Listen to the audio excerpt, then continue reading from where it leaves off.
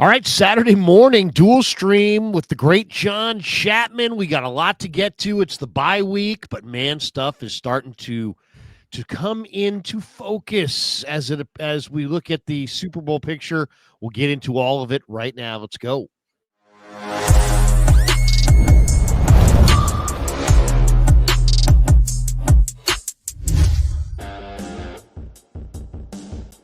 Off and running on the Krug Show on a Saturday meets the 49er Rush podcast. John Chapman in the house as we dual stream on this Saturday. Good morning to everybody. Welcome to December the 6th. You're running out of shopping days if you're trying to get me something. So get out there and shop your butt off. I always used to say that to my sisters and brothers and my parents around December. Hey, guys. You got like 2.5 weeks to go get me whatever you need to get me. You guys better get out there and do it. Blair, shut up, Blair. Anyway, welcome to the Krug Show. We're brought to you by Pig and a Pickle. The best barbecue in all of Northern California is Pig and a Pickle. Check them out. They're in Emeryville. They're in Corte Madera. They're open 7 days a week. They're soon to be open in Petaluma as well. We're going to do the Krug Show meet and greet there tomorrow.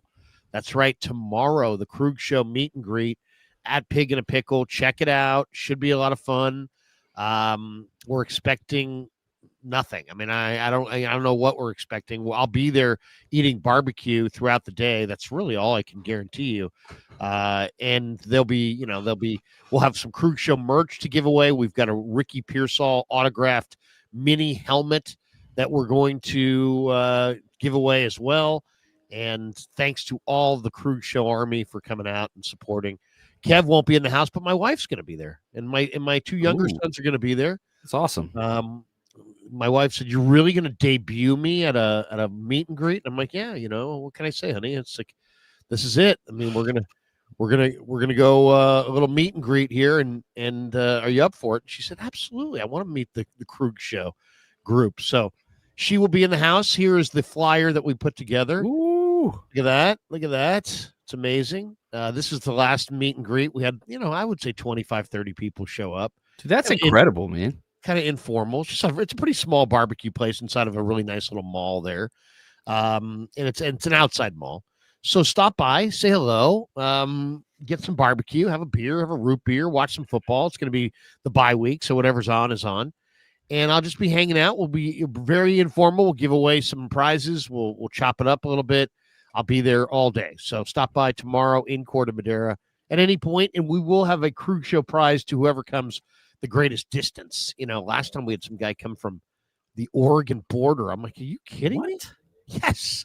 Dude, a guy came down. He's like, yeah, we got up this morning and, came. I'm like, whoa, bro. I go, I am so incredibly floored by that. But, we really do appreciate all the Krug Show fans.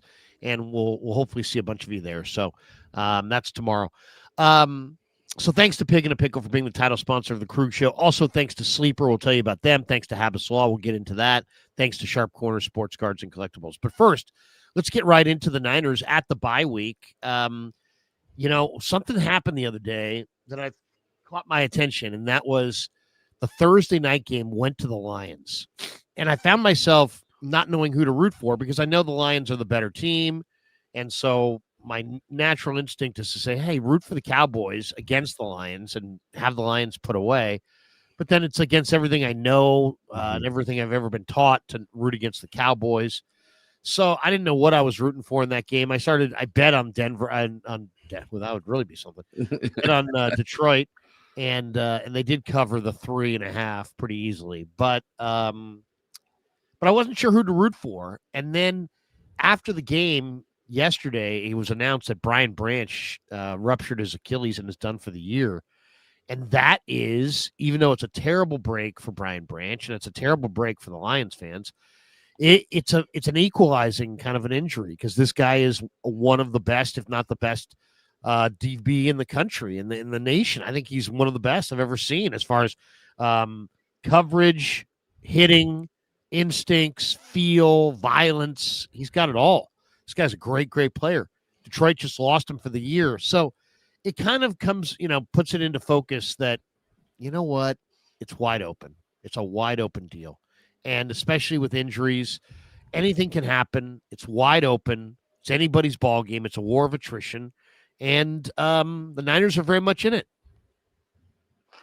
Yeah, and I want to add to that too, Larry. Like that Thursday game, there was no defense present. Now you're taking away Brian Branch. Like, how can these teams survive in the playoffs? Like the formula is run the ball, strong quarterback play, good defense wins in the playoffs. This Lions team, Cowboys team, I think they're completely out of it. And so, like, those things I just do not anticipate. I know the offense is good enough for the Lions, but then you start looking at the standings, Larry. You're a 1.5 game still ahead of the Lions. Even if you have the same record, you beat them in every single tiebreaker. Like, so they've got a lot of ground to cover in such a short time still. So, you talked about like who to root for in that game. Oh, I was pulling for the Lions the whole time. I was born and raised in Dallas. I cannot root for that 1-star helmet. I just can't do it, man. So I was on the Lions side. I wanted them to win. I'm thankful that they won. And I don't think that they pose a super threat to the 49ers in the playoff standings really much at all. Well, I mean, why don't we talk about that right out of the chute? What do you anticipate this last month? Let's go, best and worst scenarios, because the 49ers are favored in all 4 of these games. 12.5 on the against Tennessee. I think 2.5 in the other games. 49ers are going to be favored in all 4 of these final games to finish the year. Niners defense is playing well the last 3 games. They've gotten 7 turnovers. They're continuing to improve on a weekly basis on special teams, giving them one of the better special teams units going. So what would you say? I mean, what do you envision, Johnny, for the final four games here?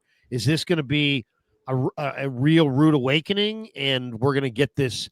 The teams, you really did play all these cupcakes, and now you're getting a little comeuppance playing the Bears and the Seahawks and the Colts? Or are the Niners getting better and they're going to rampage and roll and continue to build momentum and head into the playoffs with a head of steam? How do you see it? Man, it's weird, Larry, because this team is closer to the 1 seed than they are being eliminated from the playoffs. That is the actual pathway to the 1 seed. Literally, if they just win out and the Rams lose 1 game, that's it. That's it. That's as simple as it is.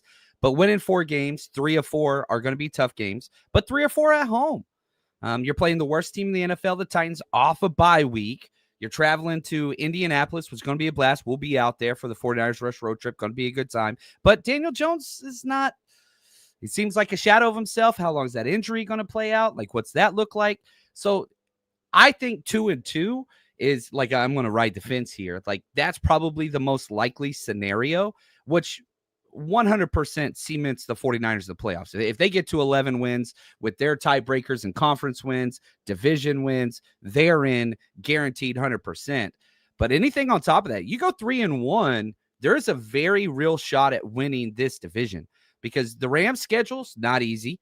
Obviously, they just got thumped by the Carolina Panthers. So, like, you're talking 1 seed all the way down through probably the 6 seed. I think 7 seeds probably the least likely. They could finish anywhere in there. But I'm going to ride the fence and say 2-2 is probably the most likely. And I think I'd be 100% happy with that. Like, let me ask you, Larry, like, if you could sign up right now for the 49ers to go 2-2 down the stretch, would you take it? I'll sign up for anything that gets them in. Yeah. Just get in, just be on. Don't miss the playoffs. Make the playoffs, whatever that entails. I think it's going to take at least 2 wins. What do you think? I mean, what does 11? They're 9-4. Does 11-6 get them in? Yeah, I think 11-6 gets away, because, like, you look at the teams behind them, right? You have the Carolina Panthers, who you have the head-to-head. So they're 2 games behind you. So the Carolina Panthers, even if they have the tied record, the 49ers hold the tiebreaker, right? So you beat them head-to-head. So you're 2.5 games ahead of the Carolina Panthers. Can they run the table? I don't see that with the Panthers team. Then, okay, back to the Lions. Well, the Lions still have to play at the Los Angeles Rams, the Steelers, then 2 divisional games on the road at Vikings, at Bears. Well, they're 1.5 games behind you. Can they go 3-1? Even if they do, like that's another thing. That's a lot of these team schedules don't stack up fair. You have the Rams and the Seahawks play each other. You have the Bears and the Lions play each other. You have Green Bay and the Lions play. So like Green Bay and the Bears play twice. Yeah, it's going to start looking like the SEC, where they're just kind of like, folding in on themselves and costing their own division these wins. So I think because of the tiebreakers, that's what I want to keep going back to this entire time, Larry. You have the most conference wins in the entire NFL. That is the first tiebreaker outside the division. Okay, well, then let's get to the division. You have the most divisional wins in the entire NFL. So, like, all you have to do is keep pace because you played such a heavy divisional schedule early, heavy conference schedule early. You're kind of, the leader in the clubhouse where everybody's chasing you. I know you're the 7th seed right now, but the Niners don't even have to play a game this week, and they're going to wake up the 6th seed on Monday because you've got, the Bears and the Packers playing. Like, you have these teams playing that they're going to eat themselves, and the 49ers are going to benefit from it. So I think 10 wins get you in, but then you've got to kind of watch and like, we need this to happen, that to happen. 11 wins for the 49ers. I'm going to say right now, 100% chance they are in. You get to that magic number 11, it's over. They're in the dance. I think the Niners beat the Titans, and I think they beat the Bears. And I don't know about the Seattle game because I don't know what's going to be on the line in that game, and not sure what to say about the road game in Indy. Daniel, they're playing Indy at the right time. They will be getting DeForest Buckner back, but Daniel Jones is not the same player at this point that he was earlier in the year. That is going to be a Monday nighter though on the road, but the Niners typically play well in those games. Like, if you said to me, how do you think it's going to go? I kind of think the Niners are going to go. They've won 3 in a row. I think they're going to win 3 more in a row. I think they're going to beat Tennessee. I think they're going to beat the Colts, and I think they're going to beat the Bears. And then that last game, I don't know. I think they'll probably lose that game. I just feel like they're headed towards a split with Seattle and a split with the Rams. And if that happens, they can still win the division, crazy enough, right? You have the Rams lose 2 games, and then that will tie all of them on divisional record, and you tie all of them head-to-head record because you split with the Rams, you split with the Seattle Seahawks, you win on conference record. So that third tiebreaker, where like everything is in play. With even a 2-2 record or a 3-1 record, I don't think you can win the division at 2-2, but 3-1 you can. If you go 4-0, I think they win the division. I think they're hosting a playoff game and possible 1 seed. Like, I don't know. You talk best case scenario, 1 seed is right there on the horizon, Larry. It's so close to grab.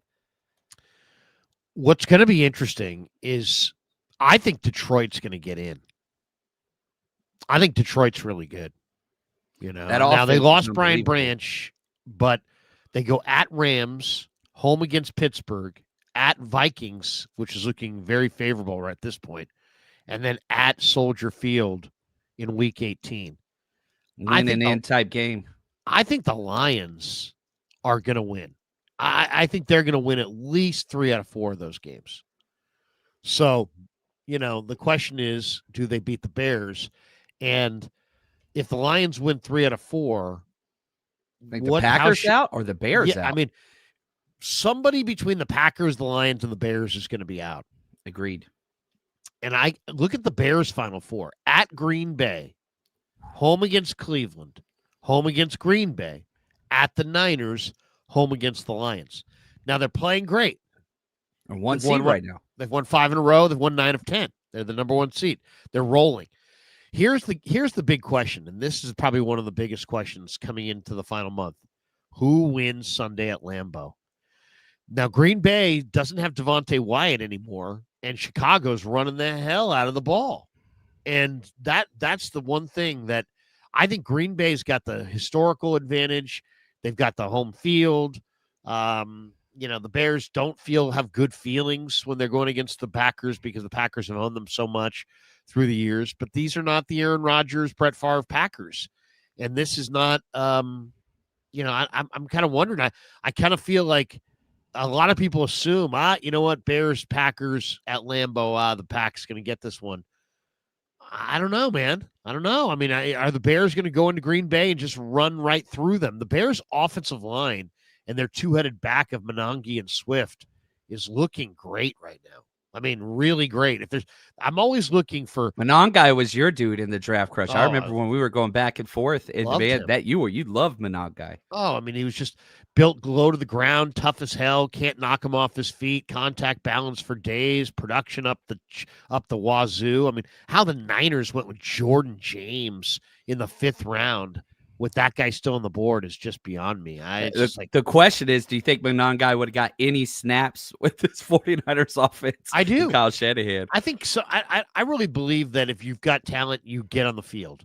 And he's got talent, he'd be on the field. Now, he wouldn't be on the field as much. Right. That's for sure. But I mean, I'm still trying to figure out who's going to be squeezed out between Bears, Lions, and Packers. I'm starting to think it may be the Packers that is going to be on the outside looking in, which would be, I mean, what a colossal fail for Gutekunst and LaFleur if they trade for Micah Parsons and don't make the playoffs. I mean, they were, heck, the word around the league and the word coming out of Green Bay was Micah Parsons was, the cherry on top, and they were going to rampage towards a Super Bowl or two. And instead, if they don't make the playoffs, LaFleur might get dumped. What do you think? I think they like LaFleur a lot. I think the Packers are like one of the least knee-jerk reaction teams in the NFL, so I think that he'll stay.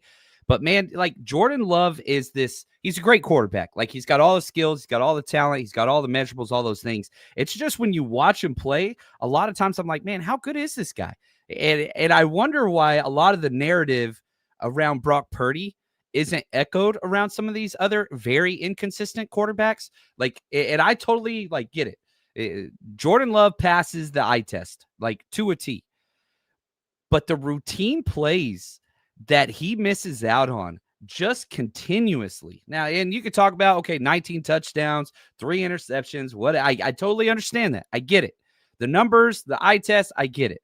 But when games matter, I am not on the Jordan Love trust train at all. And I know somebody's going to rake me over the coals for this, and that's totally okay. I'm just saying the eye test when games matter. I was at the game against Green Bay in the playoffs where that dude single-handedly threw that game away against the Niners. The 2 interceptions. I think Dre Greenlaw got them both. But I don't know. And so can Jordan Love finally come through in the clutch? We've never seen that yet. That was Aaron Rodgers' best trait for the longest time. So I don't have a lot of faith in that offense.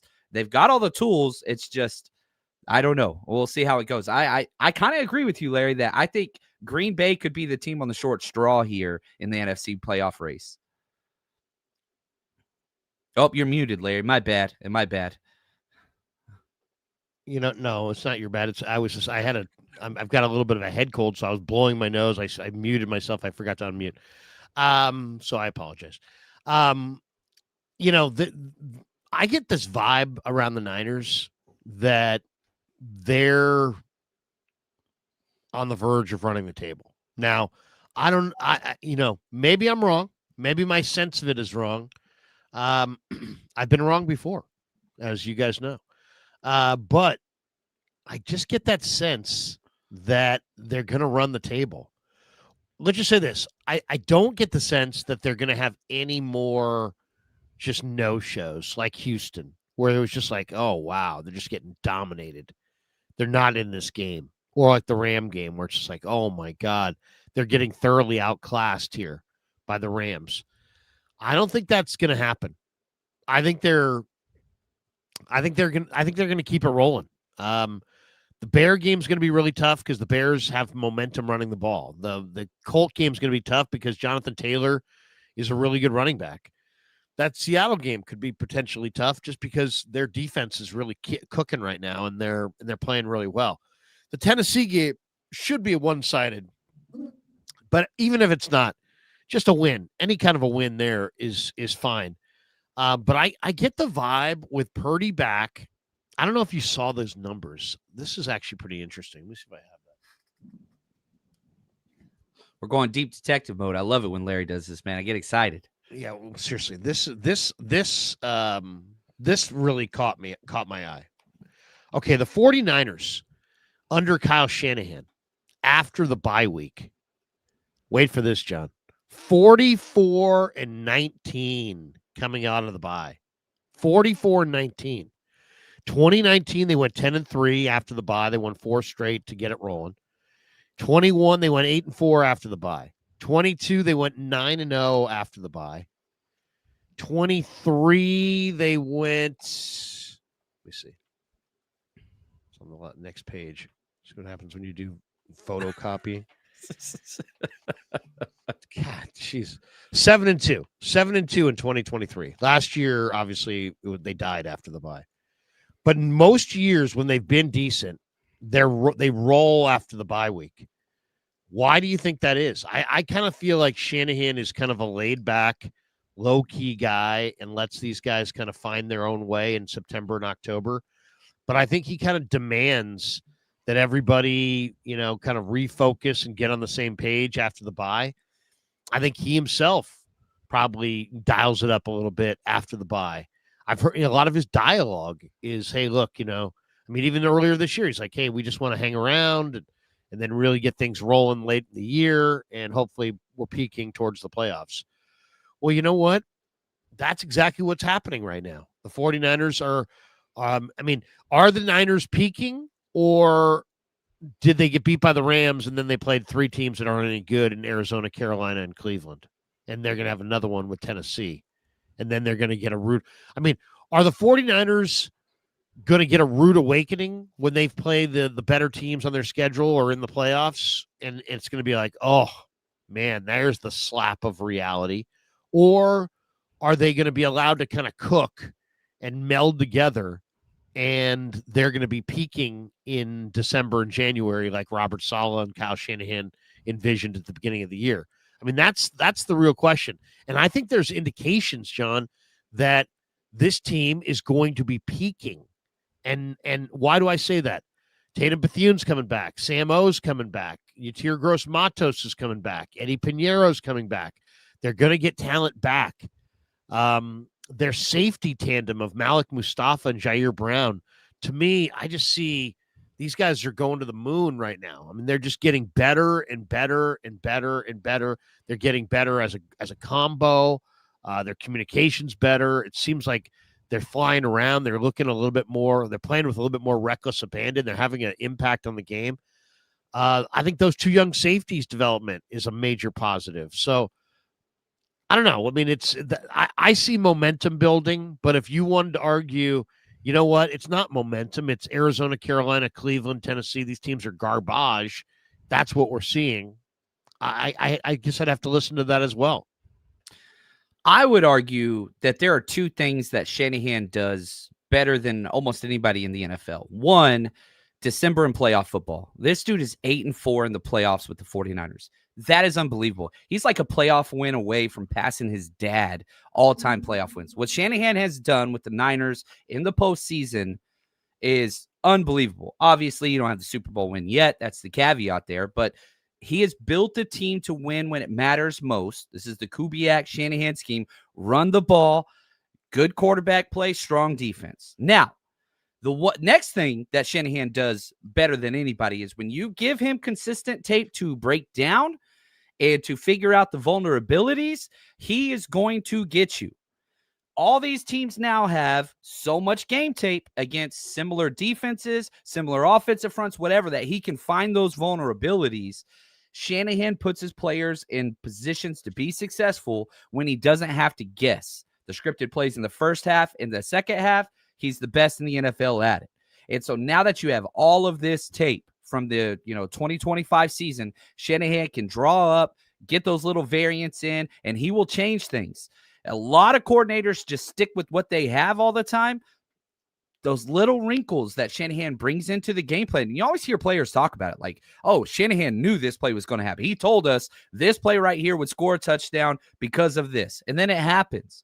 So with all the tape from the season after the bye week, I can guarantee you Shanahan and his coaching staff, they're going in and putting 3 extra plays in against the Bears. They're going in and putting 3 extra plays against the Colts. They're going in and putting some extra plays in there against the Titans because they have that time now. And we've heard them whenever they've had the first round bye in the playoffs say, yeah, we did a little bit of work on every possible opponent we could have so that we would be ready just in case. And he divides his staff up. Every team does this. But I think Kyle Shanahan and them have a little bit of that secret sauce where they're like, look, this is how we exploit this type of coverage if they line up to us in this way better than almost anybody in the NFL. So the playoff record, getting your players in a schematically advantaged position and knowing that they're in there, I think that's why they're always so damn good in December and the playoffs. I think you're right. One of the other stories this morning that we're keeping our eye on, Diana Rossini, she's always good for a Saturday morning news bomb. Rossini and Jeremy Fowler are like the Saturday morning people. Have you noticed that? And it's like it's Saturday morning, and all of a sudden, here we go.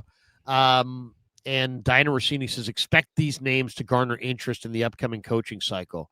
Chiefs OC Matt Nagy, Broncos DC Vance Joseph, Dolphins DC Anthony Weaver, Packers DC Jeff Hafley, Rams DC Chris Shula, Bills OC Joe Brady, Niners defensive coordinator Robert Saleh.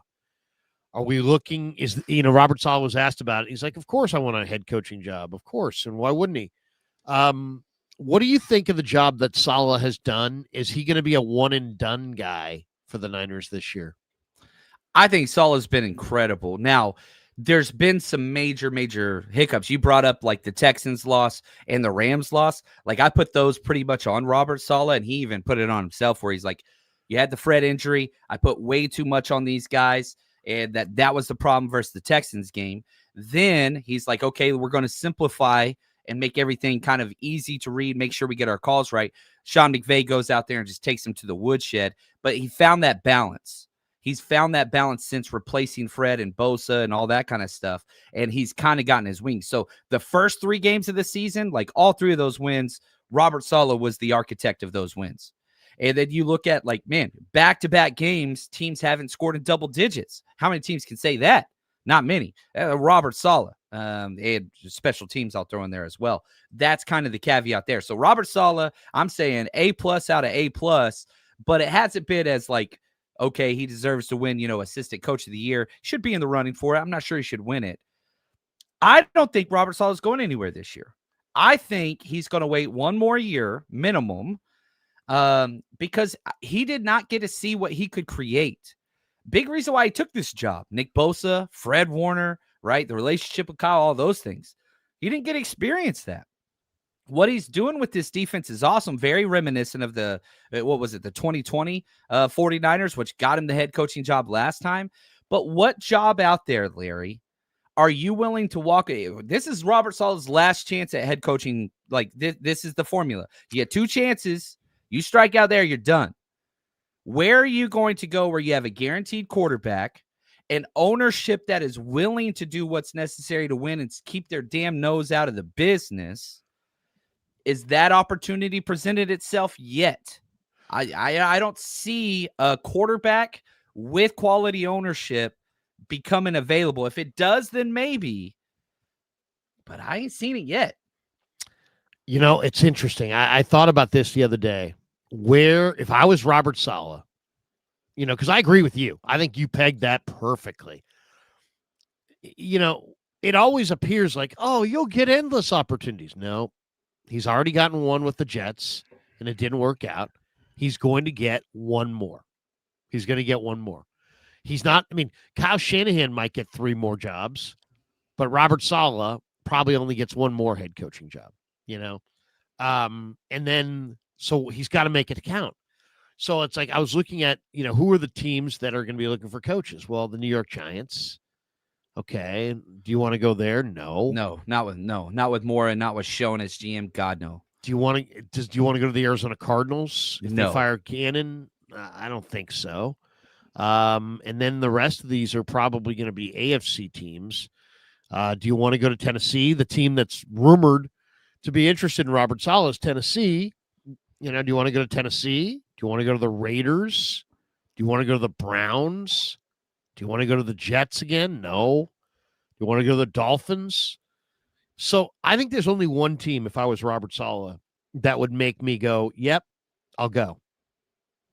Joe Burrow, Cincinnati Bengals. He checks that quarterback. Yeah, but what about the owner? Literally the worst owner in the NFL. Yeah. I prefer to play with Jerry. I know, but the only thing is at least you have Joe Burrow. Burrow got is a that shot. good. He got a shot. Good. I mean, he's I don't know how you feel about it, but I feel like Joe Burrow absolutely is going to win a Super Bowl. He's pretty damn good, man. And that sporty cast is good. And you've got some defensive pieces. Shamar, you got your boy Shamar. You got Trey Hendrickson, who can't stay healthy, not playing again. But there are pieces. I'm just like, that is the worst ownership that I would try to tie my wagons to personally. Like, I would prefer to go to Davis with the Raiders, Jerry Jones with the Cowboys. Like, I'm staying away from Cincy personally. And I like that city, by the way. But I love Burrow. You like three-way chili? I do. Come on, look at me. Do I like chili? Do you go cheese? It's chili with pasta with cheese. I mean, it's a nightmare. It's a freaking mess, man. I could do it once. Like, if I visit, I could do it once, and then I'm like, okay, I'm good for another leap year. But yeah, I like chili, but I don't want pasta in my chili. It's weird. Get your spaghetti out of my chili. And if a chili's really good, do I need to put gobs and gobs of cheese?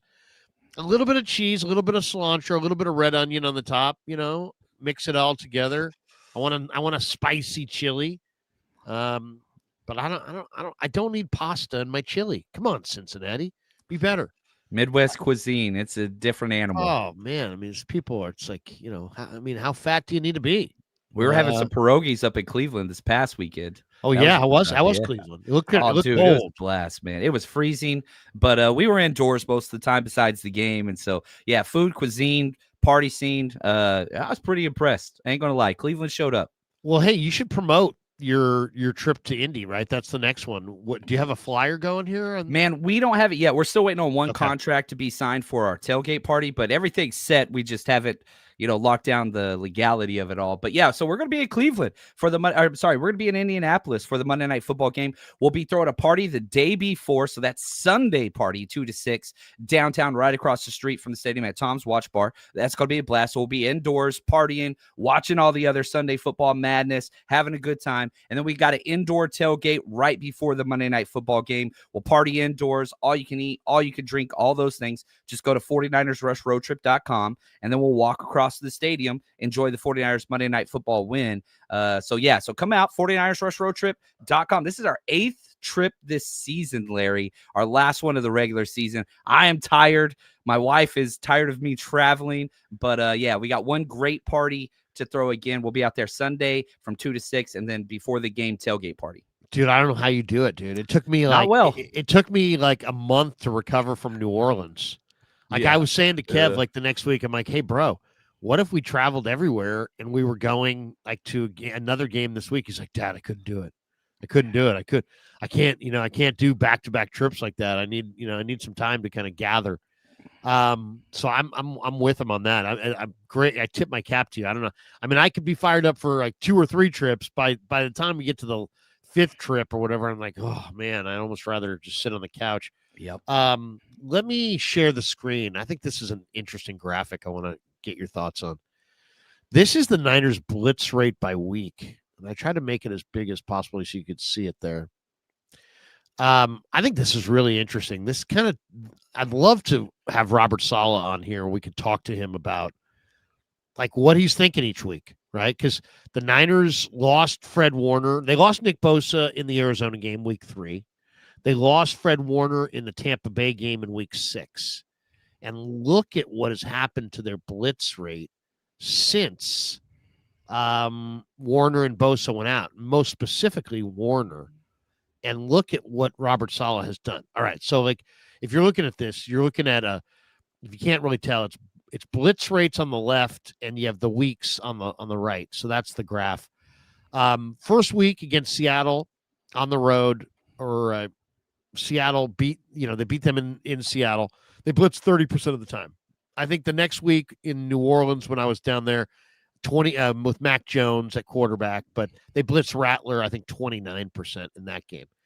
Then against Arizona, they blitzed right around 22% and a little bit, maybe 23% against Jacksonville. Then they get into that first game against the Rams down there at SoFi, and they didn't blitz Stafford hardly at all, like 14%, 13%. And won. Big win. Then they go to Tampa, and they lose, and they blitz Mayfield about 27% of the time. Then they come back and bounce back and beat Michael Penix, and they blitzed him a little bit more, like 28, 29% of the time. Then we go to Houston, and the blitz rate's going up. Now you don't have Bosa, you don't have Warner, and this is now the second week without those guys. And they blitz Stroud 32, 33% of the time. And they lost. Then they come back, and they don't blitz Jackson Dart at all, hardly. I mean, maybe 12% of the time did they blitz. Now, if you're sitting there going, why? What are they thinking? I'm thinking that they just said, hey, you know what? Jackson Dart's not seeing it. Why give him predefined reads? We'll just make him be accurate. And obviously it worked because the Niners beat the Giants pretty good. Then you've got the next week, week 10. And this is where things really start to get interesting. They blitzed Matthew Stafford in week 10 at Levi's more than they'd blitzed any quarterback during the Saleh era. 48% blitz, and he carved him up for, tons of yards and 42 points. So then the next week, they're like, well, shit, that didn't work. Let's go not blitz Brissett, and they blitzed Brissett like 11% of the time, and they got the win. Then they blitzed Bryce Young a little bit more, about 22, 23%.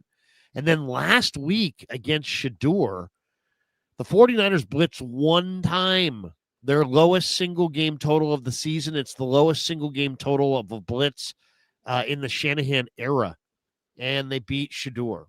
And I think they maybe saw this, maybe send the same message to Shedeur they were sending to Dart. We don't think this guy's seeing it. We don't want to give him predefined reads. We're not going to blitz him at all. We don't think he can beat us. We're going to drop into coverage and make him be accurate and see how accurate he can be. And they won the game. So I don't know. I mean, to me, this is really interesting because you have that you're known as a defense coordinator that never likes to blitz. You have Bosa, you have Warner, then you don't. And look at the difference. It's like Saleh. You can almost look at Saleh and just be like, he's like, hey, you know what? I don't know what's going to work. I know I can't get rush, so I'm just going to throw the kitchen sink and I'm going to mix it up so people don't know what to expect. Johnny, what do you give me your breakdown on this blitz rate by week graphic?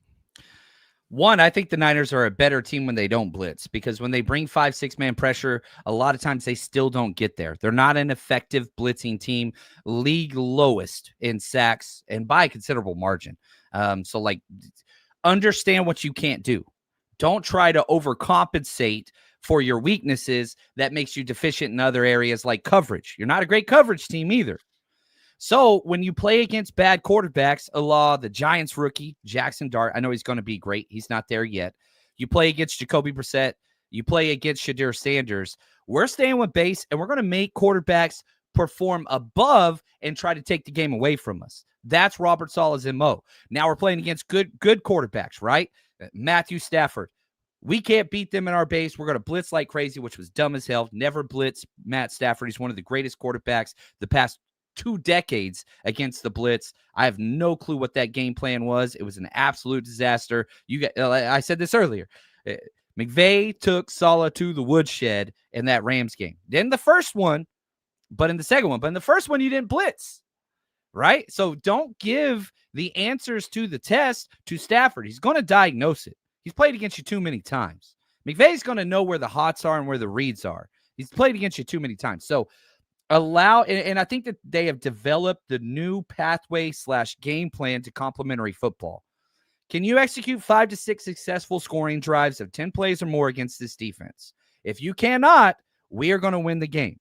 And so when you're playing against Jackson Dart, Jacoby Brissett, Shedeur Sanders, we're just going to sit back in our base. Let's see if you can execute flawlessly down the field multiple times in a row. If you cannot, we're going to play mistake-free football on the offensive side. We're going to play quality special teams, and we're going to win 2 out of 3 phases of the game. Now, you look at the Bears, you look at the Panthers. Well, I guess probably I'd take the Panthers out of that because of 3 turnovers by Brock. But you look at the Cardinals, you won 3 out of 3 of those games. Phases, offense, defense, special teams. You blew them out of the water. So let's just stick with who we are. We're not going to get to the quarterback. And when we do, that's a bonus. Can they convert on 3rd and long consistently? I think that's what it is. I love this non-blitzing because it's not working anyway. And you remember where they blitzed like Jair Brown like 3 plays in a row and like just didn't work out against the Rams. It just got butchered 3 plays in a row. Don't do that. Like, you don't have quality blitzers on your team. Spice it up with some 5-man pressure every now and then. But, man, just stick it base, win it on offense and special teams, defense, bend but don't break mentality, rally and tackle, close out in the red zone. That's the formula for the 49ers winning moving forward. I think Robert Saleh finally got it. I think you're muted again. My bad. There we go. Sorry about that, everybody. Fighting the head cold this morning. The Niners have the worst pressure rate in the NFL, 14.4% according to PFF. But they did have 3 sacks last week against Cleveland. And that's the most they've had in a game since week 2 when Bosa was still healthy. So here's the question. Is this D-line coming on? There's the interesting thing about this is that Cleve Farrell has 4 sacks in 4 games. His career high was his rookie year where he had 4.5 sacks in 15 games. He has 4 sacks in 4 games. So he's playing his butt off right now. It was a healthy scratch 2 games ago, man. I know. It was a healthy scratch, and now he's being featured. The guy, though, I mean, to me, Farrell is really interesting because he's playing well, and he was a top 5 pick. And I've had a chance to talk to him, Johnny, and I'll tell you, this guy is all about winning. He was a top 5 pick. He's made some money in this league. He's made some money. He's played a number of years now. He doesn't have the ring. He came back for the ring. He wants a ring. He's playing like he's passionate about getting that ring. So, I mean, Cleve Farrell looks really good. But the guy who really looks even maybe better is Keon White. Mm-hmm. And Keon White has found a home with the 49ers. This is per Next Gen Stats. He had a pressure rate of 28.6% in week 13. It's the second highest of Keon White's entire career. This guy was not a scheme fit in New England. He is a scheme fit here in this wide 9, and he looks like he's about to play a month of really good football. He looks like a guy who can add a little pressure, whether it be stunting, whether it be outside, inside. He's simplifying. He's hunting quarterbacks. He's in a scheme that fits his skill set. He's got a little momentum. And then you mix in the fact that Yatir Gross-Matos and Aquinu are coming back. Aquinu, he's got a pass rush win rate of 11%. That's only Bryce Huff with 16.7% is better among the Niners' healthy defensive ends. So, and then you got Gross-Matos has a win rate of 23.4%, and that ranks first among all interior rushers this year. He was having a really good year. If Gross-Matos can come back and play well and stay healthy, huge if. Huge if, because he hasn't been able to do that.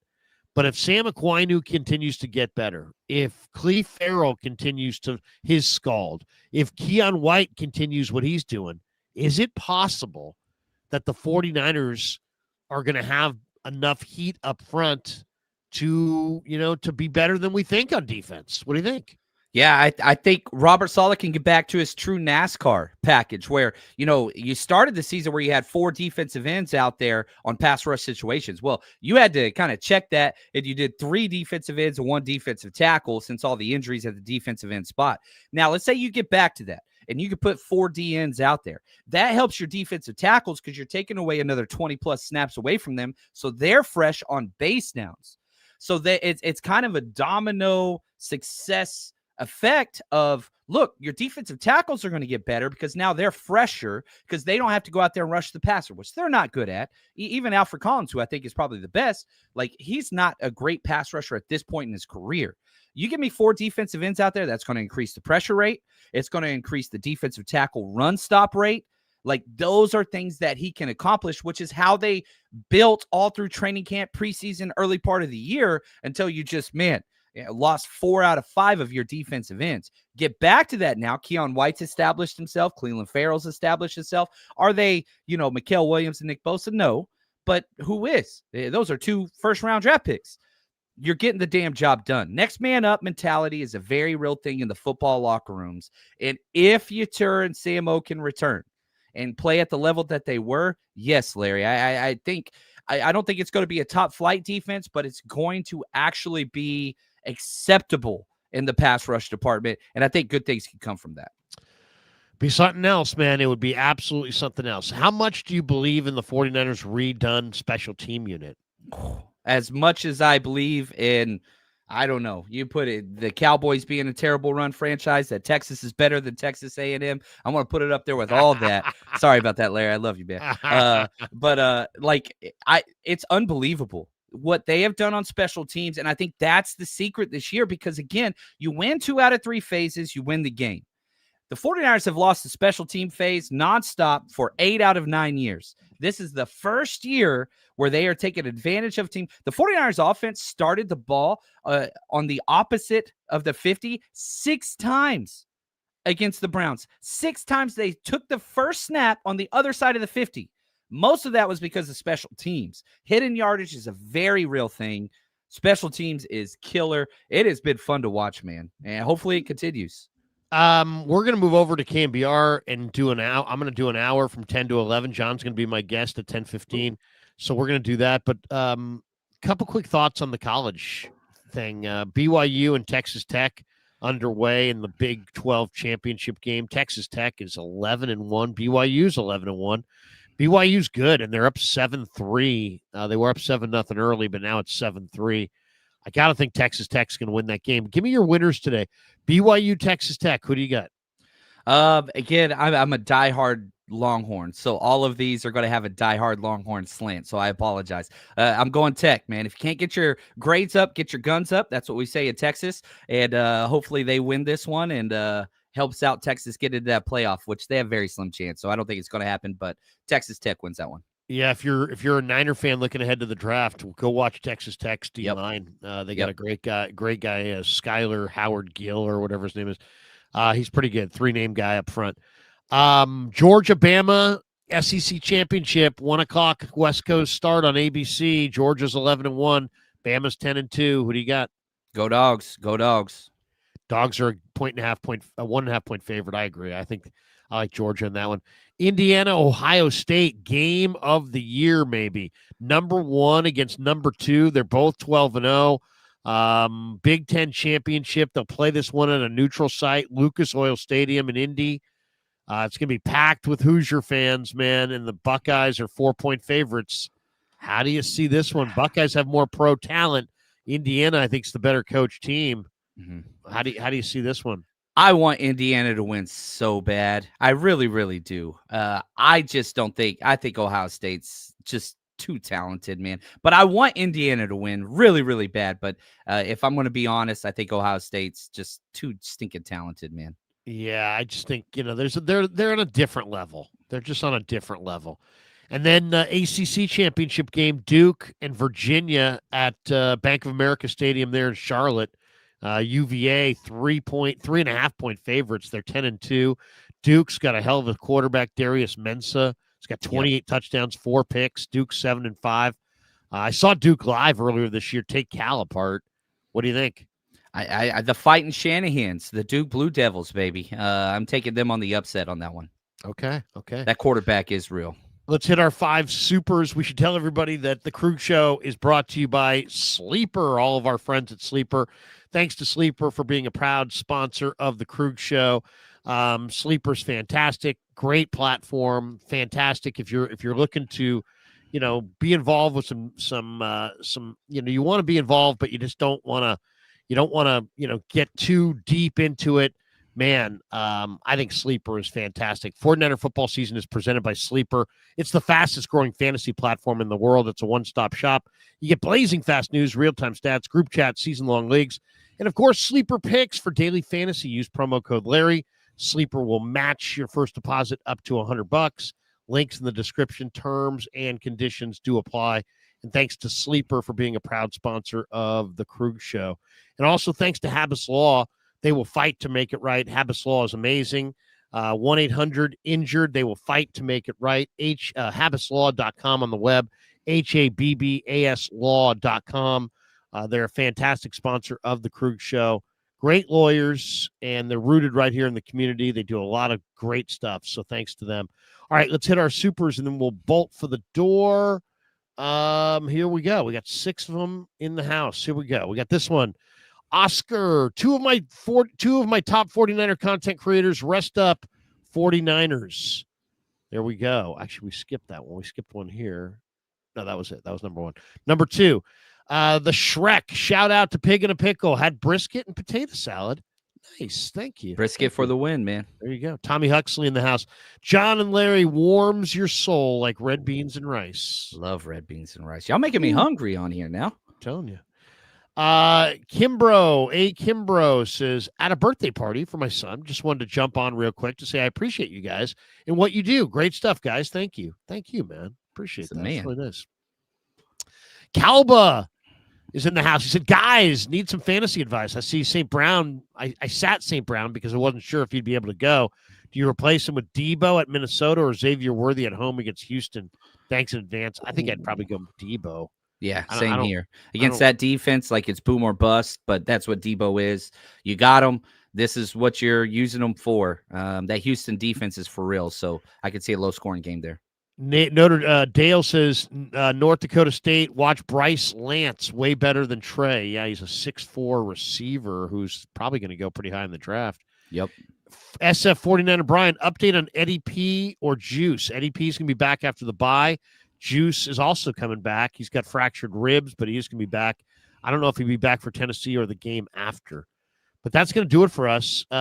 Thanks to John. Thanks to Pig in a Pickle. Thanks to Sleeper. Thanks to Habbas Law. And also thanks to all of you guys.